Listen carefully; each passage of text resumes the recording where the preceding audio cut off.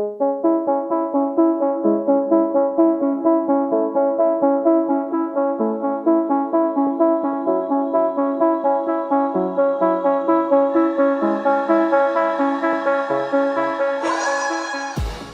and welcome to the Blackout Podcast, where I get to talk to amazing people who do amazing things. And today I have artist, producer, extraordinaire, and the guy that made me really love the song, The Back, Stak. Thanks for coming to the Blackout I Podcast appreciate today. that, man. Thank you so much for having me too. Okay, so Stak, that name, what's the story there? Oh, that's how we starting it. That's how we start singing. Yeah, what's the story? Okay, man. I told you, I think back, I think I told you I did university back home. So there was this season where everyone had to be a photographer. Everyone that had a camera. I didn't even get to have a camera, but I literally wanted to be a photographer. So I told you, but I don't know why Stark was the name that came up for my photography name. So it was Stark Photography at the time. That was like the first picture I ever edited. I even forget where it was. I think it was on Adobe or something. I just put Stark Photography there. So Stark Photography was what anyone would have known me as. Not really like many people actually, it's like just my circle.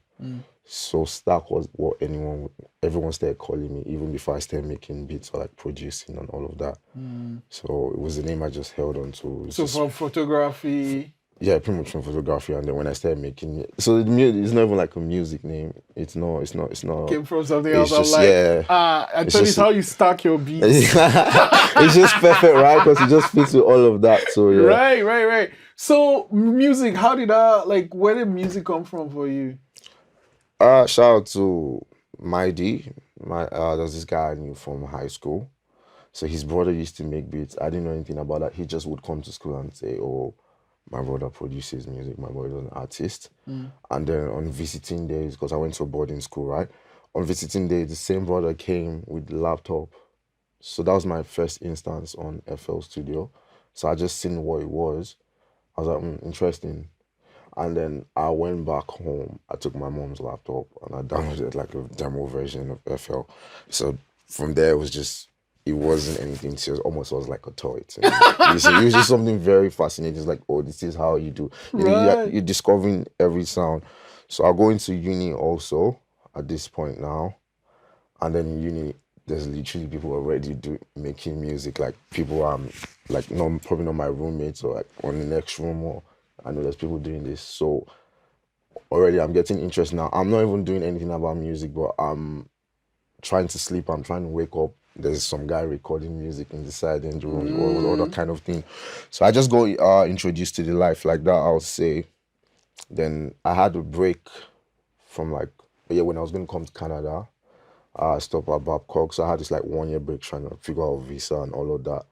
So I think that was just like my escape at the time, was just music. I didn't want to go to lessons and all of that. So I would just sit down with FL and just make beats for no one, not for anything. I wasn't even singing at that time also. So I come to Canada, then I got exposed to like YouTube properly. So it's like I would learn most of the things I learned, or that I would say most of the basic things I know of FL, like of making music, I learned off YouTube. And then I started singing on my own beats. And then I think I just linked with Arenye. So so before I even started producing for Arenye, I was like, that's why you have the bag, and I didn't even sing on that. But I think at that time I was already making beats, but it wasn't really solid. Yeah, my beats were not really solid at the time. Wow. I mean, anyone would call it solid. Exactly. Then, though. Anyone would call it solid, Yeah. really, though. But I think I set up a plan for myself that is, you know what, yeah, this is what I want to do, okay. And you obviously can't tell with the reaction from here and there that you get that this is not just something light. So it's like, but still you just want to hone your own craft. It's like, no, I'm just going to do this to the point where it's like, even by the time I'm going to tell myself that this is what I want to do right now, I don't even need to I did not need to put myself in that space anymore. If you understand what I'm saying, like I didn't need to go and find where to go to network with this. It's just like, oh, that's a Stak beat. I want a Stak beat. Then it's like, and I told Rennie at the times, like, if I didn't sell, I could have just made quick bucks of like what BeatStars are, YouTube, and posted those beats. It's like the value I know is, or I may be tripping, but I think it's right. Reason why anyone want my beat right now is just cause they don't have access to that beat. They haven't had access to my sounds. It's just one, two, three sounds you hear, or if you end up being in the studio with me one day, you hear me making a bang, it's like, oh, I gotta work with this guy. I want that beat. I want Yeah, that no. beat. So I think that's just how I want my own platform to be. But That's really deliberate planning. Where, like, how did you come up with this strategy? Because it's very different. Usually, it's like, well, I'm making beats. Okay, I'll put it on BeatStars or whatever. Like, right. and you're just turning it on his head. Why did you decide to take this approach? I don't know. I think it's just how I've grown up. I take life like that too. I just I just can't rush things. I just believe things work out whenever you're ready for it to work out. You know, if you know what I'm saying. I could have made those beats. I mean, it's very subjective because these beats now I'm talking about that I felt like were not good. Someone else could have used it properly, but I'm just saying at the time I just felt like if that was what I was putting out, there's probably a degree to how people would see my production level right now, or I'll now have to prove to you again I gotcha. that you know I'm not that guy. Yeah. But yeah, man. Yeah. Okay. So the bag song, how did that one happen? Because that's the one me I know you from. Yeah. The bag is a very interesting one. I told you I didn't produce the bag, so I forget. I think it was Cora could have produced that. But Rennie had laid a verse on the song. He had recorded the song. I'm not sure. I might have been in Nigeria at the time, and he just sent me the song like, "You're listening to this." And then there was a free space, like he hadn't finished recording the second verse. So I literally just like heard that, and I was like, "Bro." So I wrote down my iPhone, and then I sent it to him. That I might be missing this one, but we linked up in the studio, and then I recorded. He probably doesn't want this out, but like it's so hot. Like that verse is like he took out his own verse. Yeah. I remember him playing it. So it was like, you know, no, I'm not gonna leave that verse there like that. And I think, well, I really thought I was gonna push the music. So going back to that, I told you now when we had earlier discussion. So it's just, I think I left it. I didn't.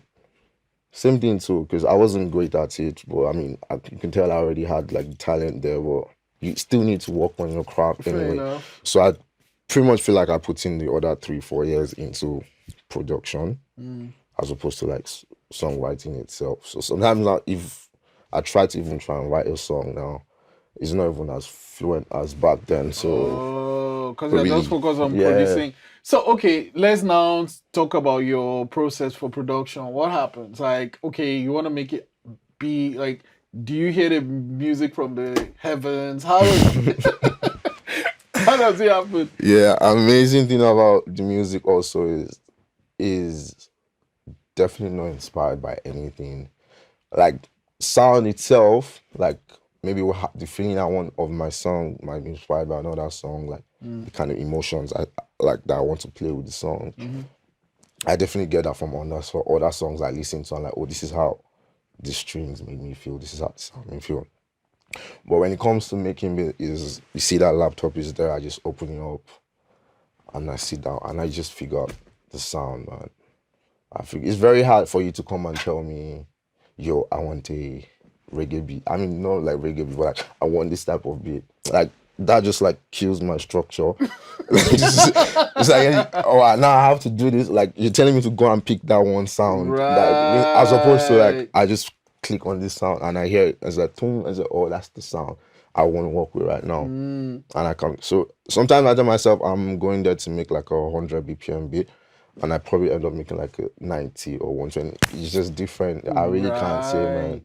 But the process to making the beats, which is just with the sounds, like I sit down and I'm like, how do I feel? Or before I go there, if I want to make music, how are you feeling? Or how am I feeling like? And then probably listen to 1-2 songs just to get you in the groove. And you just go and produce though. Wow. Yeah. Okay. So now we're working with artists, for instance, because like the other day we were talking, you were Arenye in the studio and stuff. Like when it comes to working with artists, what is the process for that one? Do you make the beat first, or what happens? Now, like more recently, because I'm trying to work on my own package now. I probably I'm making the beats now to suit me. Even before I always think of the artist. I'm not even trying to be selfish, but I'm like, come on, I'll make the music now and let me see what you want to do with it. Like, let's just do Right. that as opposed to like going to your, because I what I noticed also is just with the structure of music is with that is I'm trying to get say like a hip hop artist in the city now. Automatically I'm thinking I need to make a hip hop track. And then I see that I make a hip hop track, I'm like, bro, stop, this is not you. Like it might be fire for this person, but I'm not even like imagine when making something and you're not engaging with what you're doing. You're just like pa, pa, pa, pa. She's like, nah. She's like, Yeah, that's going through the motions. honestly, so right now I'll just make it. Or well, best case scenario, we'll just get together and we'll figure it out together and just make the sounds together. Okay, so you make the sound. Do you like give it to the artist and they go away with it? Do you record right away? Oh, okay, very good question. So same way I've focused all of my attention on producing, like beat making. It's the same way I've lacked that what's it called now? Sound engineering and like songwriting also. So I'm not really great at sound engineering. So I have a mic, I have a setup. You hardly ever. My brother uses the mic just because he tracks on his own laptop too, and then he will send out the song for mixing. So if I'm going to make a song with anyone, they probably will record it wherever they usually. So you're just like beats guy. Yeah, bro. Why? Yeah, this is just is where is. I mean, maybe I'm being lazy. Maybe I don't know. But that's just where I'm at. That's just my thing, man. And I'm not trying to fight for the sport. Like, I don't have to do everything. I honestly do not have to be the guy that produced it and then like, mixed it and mastered it. No. So now let's say I have an artist and I'm like, do I just say send me some beats, let me listen, or do you send me beats and say listen to this? What happens? No, so process Moon, Moon, right? Yeah, so Moon Studio now. Moon is set up to record you. Me and Moon is how we locked in already. So if say you want me to work with someone I probably don't know, I would rather we like link up together instead of just sending you a pack. So we can set up like a session at Moon Studio now, and then we just make whatever it is there. Like that way we get to engage. I see what you're into. You see what I'm into, and then we make it there. If you're feeling it, then you can track it right there at Moon's. Or better still, then I've introduced you to Moon now. Like, you can just come track it here. Right. But I don't push that because if you feel better tracking in your room than anywhere else, well then do it and just send it. We'll just what's the mix and master. Okay, so here's the one for you though. You make all these beats. Do you prefer some beats to other beats, or is all it's my beats? I like all of them. You have to prefer some beats. So that's like the biggest obstacle I would say I'm probably facing now, because I'm trying to do a project, collective artist, right? And it's just like 2 months ago, I'm not gonna lie to you, I thought I had 7 beats that I thought was like, bam, yes. And thank God I didn't send them out. Because you don't stop creating. Right. It's not, you can take your vacation, but I haven't stopped creating. So since then, and it's like December, things just happen. Like we're just going through so many things. Then there's just another field of music that I just came up with. And like since then to now, that's where I've been with music. So in my head now, this is my project. I hope nothing is stopping that. So another 2 months. Another 2 months. You're like, no, this is trash. So what are you doing with all those other 7 beats now? They're like in the archives or what? Yeah, they're really in the archive. Okay. Anybody that wants it to come and get it. Yeah, that's the thing. How do people now hear this thing? Because it's not out there anywhere. Yeah, that's true though. See, maybe I don't know. I do not think I'll do the BeatStars thing. I mean, it's just there because at the end of the day, some artist was at my house. She didn't even come to make music. She was just came with her friends.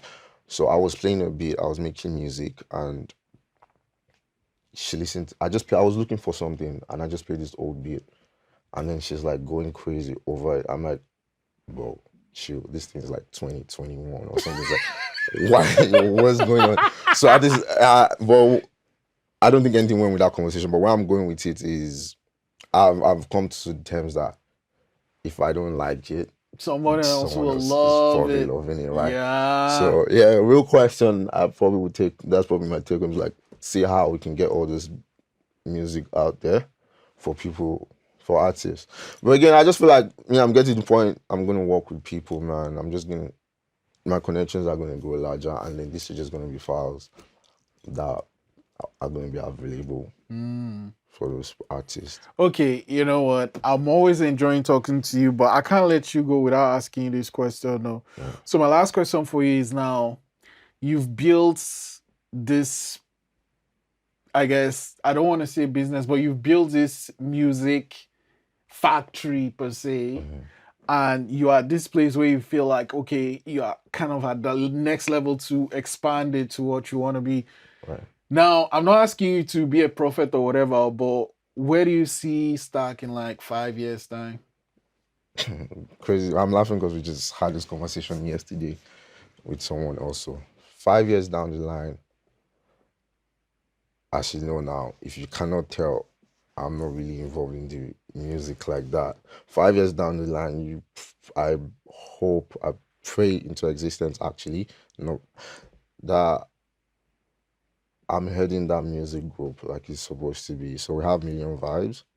So I see it every time, like, I don't know, closer to the 5 years, I see myself just outside of that, making the music. Like, I almost want to have that person sit down, and then I can just control the music and then focus on the artist. Like, that's, okay, my brown book is in the bag. If you look at it, everything there is just on the artist and like the visions I have for them. So just, if you kind of see where my goal is, honestly, if I had myself set up, which is where we're looking forward to, is just have that collective set up, Million Vibes set up, where I'm able to like let everyone know what these artists do.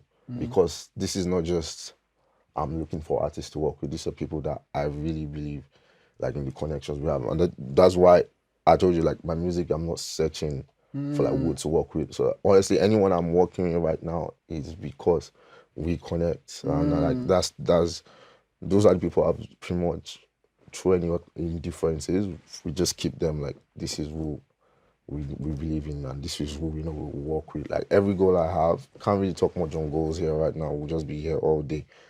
But if we were 5 years down the line, I hope I have good music. I honestly hope I'm still making music. Some people will cry with that information. But yeah, I also just want to be like I don't want to call myself the head, but like a team lead to that collective, and just making sure that it's fruiting like we're planning it. Awesome. And Stak, thanks for coming. You need to email me like a zip file of music. Let me just listen to all these things, because I'm just imagining what the music is sounding like. It's like, you know. I'll send you the single then. I'll send you my single. Okay. I'll send you my next single. I can't wait to listen to it. Thanks for coming on, man. No pressure. I appreciate it, though. All right, then.